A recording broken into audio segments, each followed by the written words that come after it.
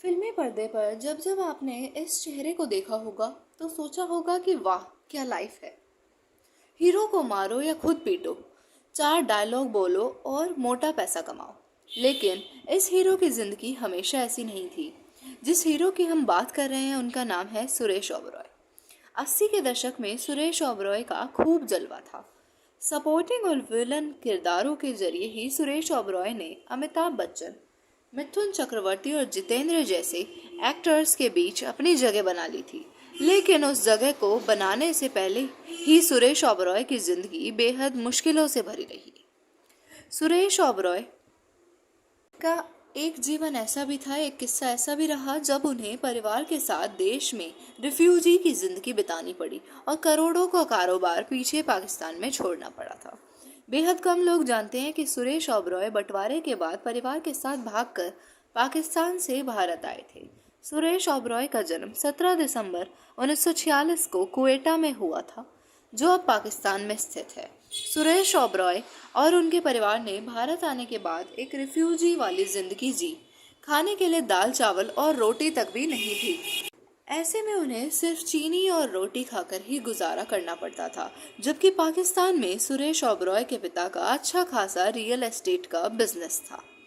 सुरेश ओबरॉय का परिवार जब पाकिस्तान से भागकर इंडिया आया तो उस समय एक्टर मात्र 1 साल के थे। मां ने उन्हें अपनी बाहों में जकड़ा हुआ था। उन मुश्किल हालातों में सुरेश ओबरॉय के पिता आनंद स्वरूप ओबरॉय को परिवार के साथ घर और सारी संपत्ति छोड़कर हैदराबाद आना पड़ा था। उनका जो रियल एस्टेट का बिजनेस था सब पीछे छूट गया।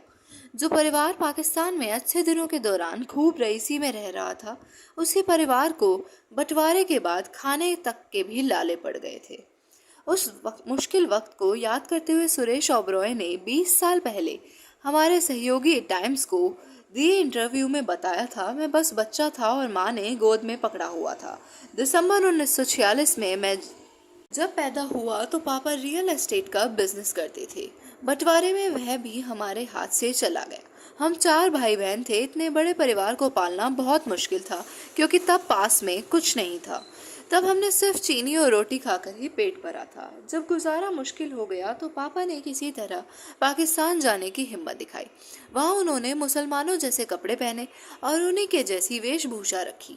किसी तरह उन्होंने वहाँ की अपनी प्रॉपर्टी और बिजनेस बेचा और जो पैसे मिले उन्हें लेकर इंडिया लौट आए। उन पैसों से पापा ने पूरे परिवार को यहाँ यानी कि इंडिया में बसाया। धीरे धीरे सुरेश ओबरॉय और उनके परिवार की स्थिति सुधर गई। सुरेश ओबरॉय के पिता ने कुछ दवाइयों के स्टोर खोले, एक बंगला और एक गाड़ी भी खरीद ली। परिवार के दिन फिर गए और फिर सुरेश ओबरॉय और उनके भाई बहनों ने भी अपनी पढ़ाई पूरी की। सुरेश ओबरॉय को शुरुआत से ही एक्टिंग का चस्का था। सपना था कि हीरो बनना है, लेकिन सफर आसान नहीं था। आप सभी का वीडियो को देखने के लिए धन्यवाद।